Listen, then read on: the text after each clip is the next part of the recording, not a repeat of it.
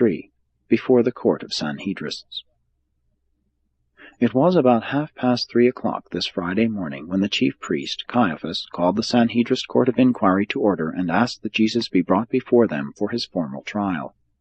On 3 previous occasions the Sanhedrin, by a large majority vote, had decreed the death of Jesus, had decided that he was worthy of death on informal charges of law-breaking, blasphemy, and flouting the traditions of the fathers of Israel. This was not a regularly called meeting of the Sanhedrin, and was not held in the usual place, the chamber of hewn stone in the temple. This was a special trial court of some 30 Sanhedrists, and was convened in the palace of the high priest. John Zebedee was present with Jesus throughout this so-called trial. How these chief priests, scribes, Sadducees, and some of the Pharisees flattered themselves that Jesus, the disturber of their position and the challenger of their authority, was now securely in their hands, and they were resolved that he should never live to escape their vengeful clutches.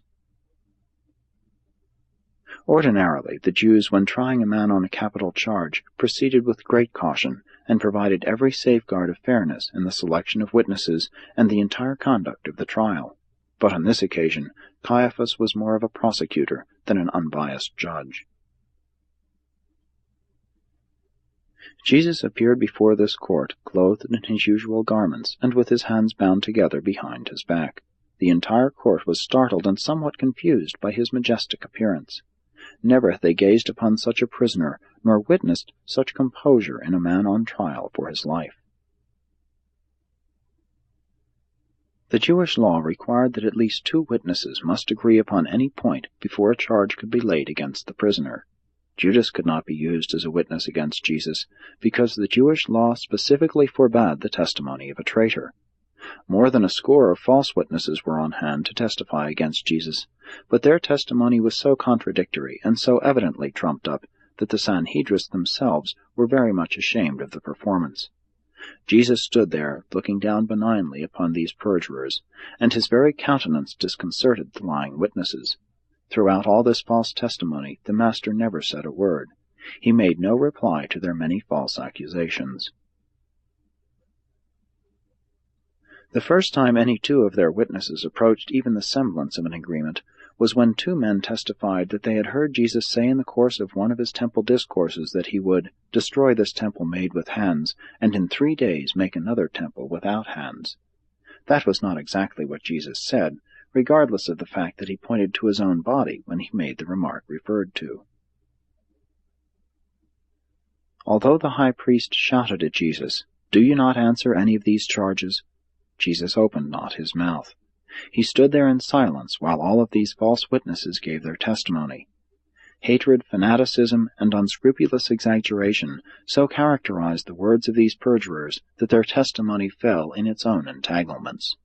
The very best refutation of their false accusations was the Master's calm and majestic silence. Shortly after the beginning of the testimony of the false witnesses, Annas arrived and took his seat beside Caiaphas. Annas now arose and argued that this threat of Jesus to destroy the temple was sufficient to warrant 3 charges against him. 1. That he was a dangerous traducer of the people, that he taught them impossible things and otherwise deceived them. 2. That he was a fanatical revolutionist, in that he advocated laying violent hands on the sacred temple, else how could he destroy it? 3. That he taught magic, inasmuch as he promised to build a new temple, and that without hands. Already had the full Sanhedrin agreed that Jesus was guilty of death-deserving transgressions of the Jewish laws, but they were now more concerned with developing charges regarding his conduct and teachings which would justify Pilate in pronouncing the death sentence upon their prisoner. They knew that they must secure the consent of the Roman governor before Jesus could legally be put to death, and Annas was minded to proceed along the line of making it appear that Jesus was a dangerous teacher to be abroad among the people. But Caiaphas could not longer endure the sight of the Master standing there in perfect composure and unbroken silence. He thought he knew at least one way in which the prisoner might be induced to speak. Accordingly, he rushed over to the side of Jesus and, shaking his accusing finger in the Master's face, said, "I adjure you, in the name of the living God, that you tell us whether you are the deliverer, the Son of God. Jesus answered Caiaphas, I am. Soon I go to the Father, and presently shall the Son of Man be clothed with power, and once more reign over the hosts of heaven. When the high priest heard Jesus utter these words, he was exceedingly angry, and rending his outer garments, he exclaimed, What further need have we of witnesses? Behold, now have you all heard this man's blasphemy. What do you now think should be done with this lawbreaker and blasphemer? And they all answered in unison, He is worthy of death. Let him be crucified.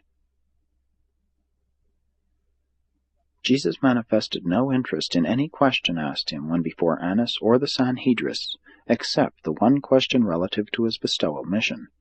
When asked if he were the Son of God, he instantly and unequivocally answered in the affirmative. Annas desired that the trial proceed further, and that charges of a definite nature regarding Jesus' relation to the Roman law and Roman institutions be formulated for subsequent presentation to Pilate.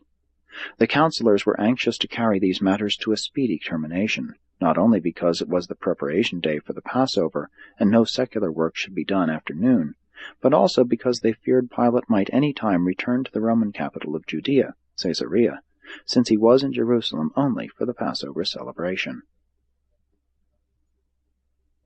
But Annas did not succeed in keeping control of the court.